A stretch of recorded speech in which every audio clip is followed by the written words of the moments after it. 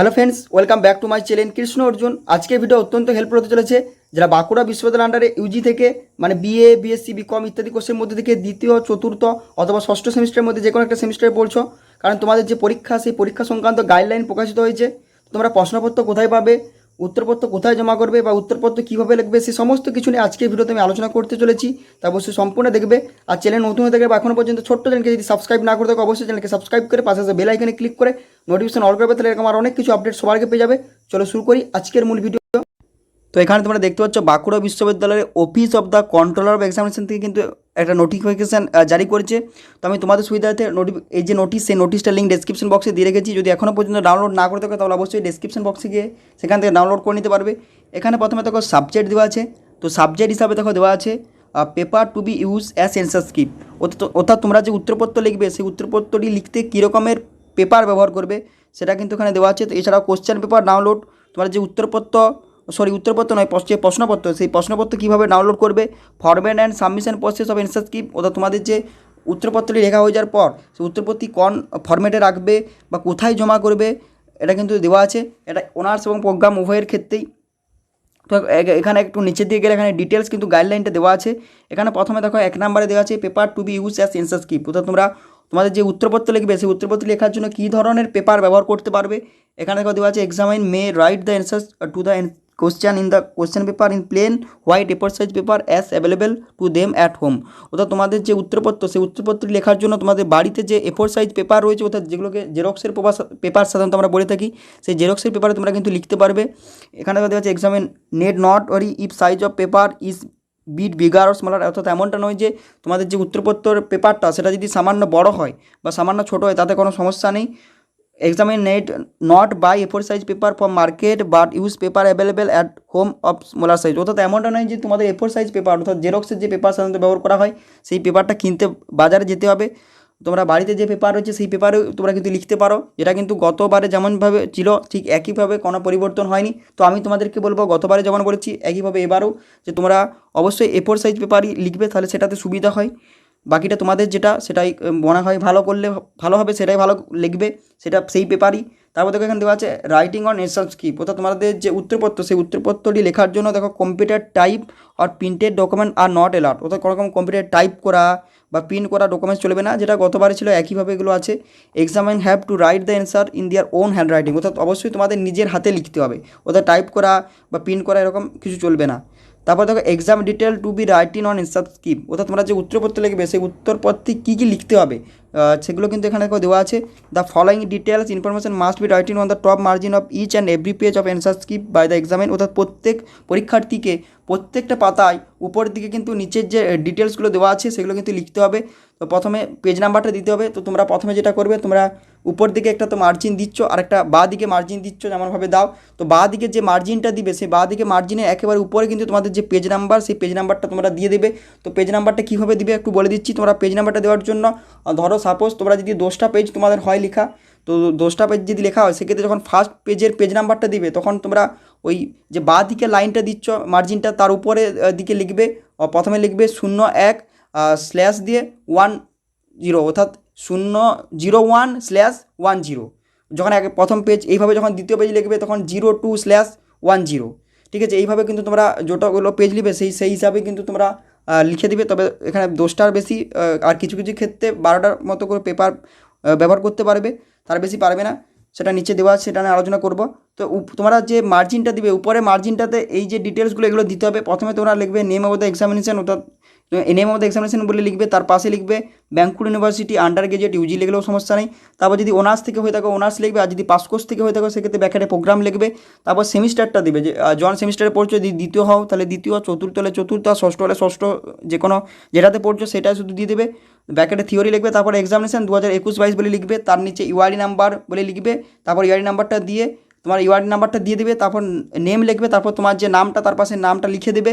ঠিক আছে, তারপর ইনস্টিটিউশন অফ এক্সামাইন, তারপর তোমার যে কলেজ রয়েছে সেই কলেজের নামটা তোমরা লিখে দেবে, যে কলেজে তুমি পড়ছো। তারপর তোমার যে সাবজেক্ট সেটা কিন্তু সাবজেক্ট নামটা সাবজেক্ট লিখে তার পাশে সাবজেক্ট নেমটা লিখে দেবে। তারপর কোর্স টাইটেল যেটা সেটা কিন্তু কোর্স টাইটেল লিখে তার পাশে কোর্স টাইটেলটা দিয়ে দেবে। এগুলো এডমিট কার্ডে তোমরা পেয়ে যাবে, অসুবিধা কিছু নেই। কোর্স কোড সেটাও কিন্তু দিয়ে দেবে। কোর্স আইডি সেটাও কিন্তু তোমরা এখানে দিয়ে দেবে। কোর্স আইডিটা এডমিট কার্ডে সমস্ত কিছু কিন্তু অ্যাভেলেবেল আছে। তারপর দেখো এখানে দেওয়া আছে অ্যান্সার স্ক্রিপ পেজ লিমিটেড, অর্থাৎ তোমরা যে উত্তরপত্রটি লিখবে সেটা কতগুলো পেজে লিখতে পারবে সেটা কিন্তু দেওয়া আছে গতবারের মতোই। ফাইল ফরম্যাটটা কেমন রাখবে, ফাইল সাইজ কতর মধ্যে রাখতে হবে, ফাইল নেম কী দেবে সেটা কিন্তু এখানে দেওয়া আছে। এখানে দেখো প্রথমেই দেওয়া আছে the handwriting answer script of exam for any examination can be a maximum of 10 pages of plain white এ4 size paper not both side, অর্থাৎ তোমরা সর্বাধিক 10টা পাতা কিন্তু ব্যবহার করতে পারবে, 10টার বেশি পাতা ব্যবহার করতে পারবে না এ4 সাইজের। অবশ্যই উভয় দিকে লেখা চলবে না, অর্থাৎ তোমরা প্রত্যেকটা পাতা সিঙ্গেল, অর্থাৎ একদিকটা লিখতে হবে। মোট 10টি পেজ হবে, এমনটা নেই যে 10টা পেজে তুমি 20টা পেজ করবে, যেটা কিন্তু ওরা আগে দিয়েছো তোমরা জানো। অর্থাৎ সিঙ্গেল সাইডে লিখতে হবে, বোথ সাইডে লেখা উভয় দিকে লেখা চলবে না। তবে কিন্তু কেমিস্ট্রি, ফিজিক্স, ম্যাথামেটিক্স এরকম কিছু সাবজেক্ট রয়েছে যেগুলোর ক্ষেত্রে কিন্তু তোমরা কিন্তু 12টা পর্যন্ত সর্বাধিক পেজ ব্যবহার করতে পারো। তবে অবশ্যই সেক্ষেত্রে একই, বোথ সাইড নয়, উভয় দিকে লেখা চলবে না, একদিকে লিখতে হবে। তো তোমাদের যখন পরীক্ষাটা দেওয়া হয়ে যাবে, পরীক্ষাটা অর্থাৎ তোমাদের যখন লেখাটা কমপ্লিট হয়ে যাবে, লেখা কমপ্লিট হওয়ার পর সেটাকে তোমরা কিন্তু স্ক্যান করবে। বিভিন্ন ধরনের অ্যাপস কিন্তু তোমরা পেয়ে যাবে, এডাব স্ক্যান থেকে, মাইক্রোসফট লেন্স থেকে, ডিওসি স্ক্যানার থেকে অনেক কিছু অ্যাপস রয়েছে, সেখানে তোমরা কিন্তু অবশ্যই স্ক্যানটা করে নেবে। যেমনভাবে গতবার স্ক্যানটা করেছিলে, তো সেটাকে পিডিএফ ফরম্যাটে রাখবে। এখানে থেকে দেওয়া হয়েছে the electronic file must be saved in PDF format, অর্থাৎ পিডিএফ ফরম্যাটে রাখতে হবে। পিডিএফ ছাড়া তো অবশ্য অন্য ফরম্যাটটা এখানে সাপোর্টও হবে না, যেহেতু অনেকগুলো পেজ একসাথে তোমাদের করতে হবে, আলাদা আলাদা সিঙ্গেল তো নয়। একটা পরীক্ষা, একটা পেপারের একটা পরীক্ষা একটা পিডিএফের মধ্যেই রাখবে। তারপর তোমরা তোমাদের কিন্তু একটা ফাইল নেম দিতে হবে, অর্থাৎ যখন তোমরা পিডিএফটা তোমরা তৈরি করে দিচ্ছ, পিডিএফটা তৈরি করার পর তার একটা ফাইল নেম দিতে হবে। তোমরা জানো একইভাবে যেটা গতবার করা হয়েছিল ঠিক একই। প্রথমে তোমার ইউআইডি নাম্বারটা লিখতে হবে। তো ইউআইডি নাম্বার তোমার যে 11 ডিজিটের, সেই ইউআইডি নাম্বারটা লিখবে। এমনটা নয় যে ইউআইডি লিখে তারপর তোমার ইউআইডি নাম্বারটা দিবে, তা নয়। তোমার যে ইউআইডির যে সংখ্যাগুলো, সেই সংখ্যাগুলো প্রথমে দিবে। সংখ্যা দেওয়ার পর একইভাবে আন্ডারস্কোর দেওয়ার পর কোর্স আইডি যেটা রয়েছে, তোমার কোর্স আইডির যে সংখ্যা সেটা দিবে। তারপর সাবজেক্ট নেমটা লিখবে আন্ডারস্কোর দিয়ে, তারপর আন্ডারস্কোর দিয়ে তোমার যে কলেজের কোড সেটা লিখবে। দেখবে তোমার যেখানে ইনস্টিটিউশন নেম লেখা আছে তোমার যে অ্যাডমিট কার্ডে, তার ব্যাকের মধ্যেই দেখবে কলেজ কোড পেয়ে যাবে, এগুলো তোমরা জানো। তারপর আন্ডারস্কোর দিয়ে ডেটটা লিখবে, অর্থাৎ যে ডেটে তোমার পরীক্ষা হচ্ছে সেই ডেটটা তোমার লিখতে হবে ফাইল নামটা লেখার পর, ফাইল নামটা লেখার সময়। তো এখান থেকে the file size of the electronic answer script as limited to 9 MB, অর্থাৎ 9 MBর মধ্যে রাখতে হবে। 9 MBর বেশি হলে কিন্তু সাপোর্ট হবে না। যদি 9 MBর বেশি হয়ে যায় সেক্ষেত্রে সেটাকে কিন্তু কম্পোজ করতে হবে। অবশ্যই 9 MBর মধ্যেই দেখবে হয়ে যাবে। তারপর submission of electronic file answer script hard copy, অর্থাৎ তোমরা যে উত্তরপত্রটি লিখবে সেটা হার্ড কপিটা হোক, কিংবা তোমরা যদি পিডিএফটা তৈরি করবে সেটা কোথায় জমা করবে, দেখো ওখানে দেওয়া আছে electronic answer script has to be emailed by the examinee to his her college within 1 hours of the end of the examination on the day of the examination, অর্থাৎ যেদিন পরীক্ষা হবে তার পরীক্ষা যে শেষ হওয়ার 1 ঘন্টা সময় পাবে সেটাকে তোমার যে উত্তরপত্র সেটাকে মেল করার জন্য। তো এখানে বলে কি তোমার এমনটা নয় যে প্রত্যেকটা কলেজের ক্ষেত্রে এরকমই হবে, কিছু কিছু কলেজ মেল করার কিন্তু অপশান দেয়, অর্থাৎ তোমাদের যে একটা মেল আইডি দিয়ে দেবে, সেই মেল আইডিতে তোমাদের যে পেপারটা বলবে সেই পেপারটা কিন্তু মেল করতে হবে। এছাড়াও আরও বেশিরভাগ অনেকগুলোই কিন্তু কলেজ রয়েছে যারা কিন্তু তাদের যে কলেজের যে পোর্টাল রয়েছে সেই কলেজের পোর্টালে কিন্তু আপলোড করতে হবে তোমাদের যে উত্তরপত্র, সেটা আপলোড করতে হবে। উত্তর লেখার পর দেবে তোমাদের যে কলেজ পোর্টাল রয়েছে, তোমরা তোমাদের কলেজের নাম দিয়ে স্টুডেন্ট লগ ইন লিখবে, তাহলে দেবে কলেজের পোর্টালটা পেয়ে যাবে। সেখানে তোমার ইউজার আইডি পাসওয়ার্ড দিয়ে কিন্তু তোমার লগ ইন করে নেবে। লগ ইন করার পর দেবে ওখানে তোমরা অপশান পেয়ে যাবে, লগ ইন করার পর ভিতরে ডিটেলস পেয়ে যাবে যে সেখানে তোমাদের যে উত্তরপত্র সেটা কিন্তু আপলোড করতে হবে। ঠিক আছে, এই কারণে তোমরা তোমাদের যে কলেজ রয়েছে সেই কলেজের ওয়েবসাইটটা একটু ফলো রাখবে। সেখানে যদি তোমাদের মেল আইডি দেয়, অর্থাৎ মেল করতে পারে সেক্ষেত্রে মেল করবে, আর যদি বলে পোর্টালে আপলোড করতে সেক্ষেত্রে কলেজের পোর্টালে আপলোড করবে। এটা কিন্তু কলেজের পোর্টালে আপলোড করতে হলো, এখানে ইউনিভার্সিটির সাথে কোনো সঙ্গ নেই উত্তরপত্রের সাথে। ঠিক আছে, তারপর দেখো দেওয়া আছে তোমরা 1 ঘন্টা বাড়তি সময় কিন্তু পাবে পরীক্ষা তোমাদের যে উত্তরপত্র সেটি লেখা হয়ে যাওয়ার পর সেটিকে পিডিএফ এবং মেল করা বা সাবমিট করার ক্ষেত্রে বা আপলোড করার ক্ষেত্রে। এছাড়া যারা যারা কিন্তু অনলাইনে ওটা আপলোড করতে অসুবিধা হবে তারা কিন্তু অবশ্যই তোমাদের যে পরীক্ষা শেষ হওয়ার 2 ঘন্টার মধ্যে কিন্তু তোমরা হার্ড কপিটা তোমাদের যে কলেজ রয়েছে সেই কলেজে কিন্তু জমা করতে পারবে, কোনো সমস্যা নেই। তবে যদি তোমরা অনলাইনে পারো সেক্ষেত্রে অনলাইনই করবে, কোনো অসুবিধা নেই। এরপর দেওয়া আছে procedure of to get answers question paper, অর্থাৎ তোমরা যে তোমাদের যে প্রশ্নপত্র সেটা কীভাবে ডাউনলোড করবে। এখানে দেওয়া আছে question paper on day of exam is available 30 minute before commencement of exam. আগের মতোই একই সমস্ত কিছুই। তোমাদের যে পরীক্ষা যেদিন শুরু হবে, যে সময় শুরু হবে তার আধ ঘন্টা আগে কিন্তু তোমরা তোমাদের প্রশ্নপত্র সেটা কিন্তু ডাউনলোড করতে পারবে। তো প্রশ্নপত্র ডাউনলোড করার জন্য তোমরা কিন্তু ইউনিভার্সিটির যে ওয়েবসাইট রয়েছে, ইউনিভার্সিটির যে এক্সামিনেশনের রেজাল্ট পোর্টাল রয়েছে, সেই পোর্টালে গিয়ে তোমাদের কিন্তু অবশ্যই লগ ইন করে তোমাদের আইডিটা লগ ইন করে সেখানে কিন্তু তোমরা এক্সামিনেশনে গিয়ে তোমরা তোমাদের যে প্রশ্নপত্র সেটা ডাউনলোড করতে পারবে। তো সেটাও তোমাদের একটু দেখিয়ে দিচ্ছি আমি প্রশ্নপত্রটা ডাউনলোড কীভাবে করবে। তো তো প্রশ্নপত্রটা তোমাদেরকে ডাউনলোড করার জন্য তোমরা তোমাদের যে কলেজের ইউনিভার্সিটির যে পোর্টাল রয়েছে, ওতে যেখান থেকে তোমরা ইউনিভার্সিটি পোর্টালে গিয়ে ফর্ম ফিল আপ করো বা অ্যাডমিট কার্ড ডাউনলোড করো, সেই পোর্টালে চলে আসবে। লিঙ্ক তোমরা ডেসক্রিপশন বক্সেও পেয়ে যাবে। ঠিক আছে, অসুবিধা কিছু নেই। গতবার যেভাবে করেছো একইভাবে তোমরা কিন্তু তোমাদের যে প্রশ্নপত্র সেটাও কিন্তু ডাউনলোড করতে পারবে। তো এখানে আসার পর তোমাদের ওয়ার্ড নাম্বার, পাসওয়ার্ড এবং এখানে উপরে ক্যাপচা দেখে দেখে ইন্টার ক্যাপচা অপশনে টাইপ করে দেবে। তারপর লগ ইন বলে যে অপশন আছে, লগ ইন অপশনে ক্লিক করলে তাহলে দেবে তোমার যে আইডি সেটা লগ ইন হয়ে যাবে। তো দেখতে পাচ্ছ ইউআইডি, পাসওয়ার্ড এবং ক্যাপচা দেওয়ার পর লগ ইন করার পর লগ ইন অপশনে ক্লিক করার পর আমাদের যে আইডি সেটা লগ ইন হয়ে গেছে। তো লগ ইন হওয়ার পর দেবে তোমার সামনে এরকম অপশন আসবে, তোমাদের এডিট পাসওয়ার্ড ডিটেল, তার নিচে তোমার এনরোলমেন্ট সাকসেসফুল অপশন পাবে, তার নিচে অ্যাডমিট কার্ডের অপশন পাবে। তো অ্যাডমিট কার্ড ডাউনলোডের নিচে কিন্তু এক্সামিনেশন বলে কিন্তু একটা অপশন চলে আসবে তোমাদের।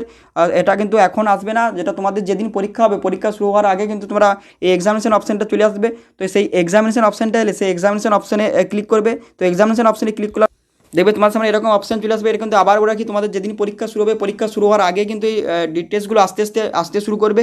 ঠিক আছে, তার আগে কিন্তু এখন হয়তো না আসতেও পারে, কিন্তু চিন্তার কোনো কারণ নেই। পরীক্ষা যখন শুরু হবে তার আগে সমস্ত কিছু চলে আসবে। তারপর এখানে তোমার কোর্স কোড, কোর্স টাইটেল সমস্ত কিছু দেওয়া হবে। তোমার যেদিন যে পরীক্ষাটা থাকবে সেই দিনে দেবে কোশ্চেন পেপারের নিচে ডাউনলোডের অপশানটা চলে আসবে। তার আগে কিন্তু কামিং আপ বলে থাকবে বা কামিং সুন।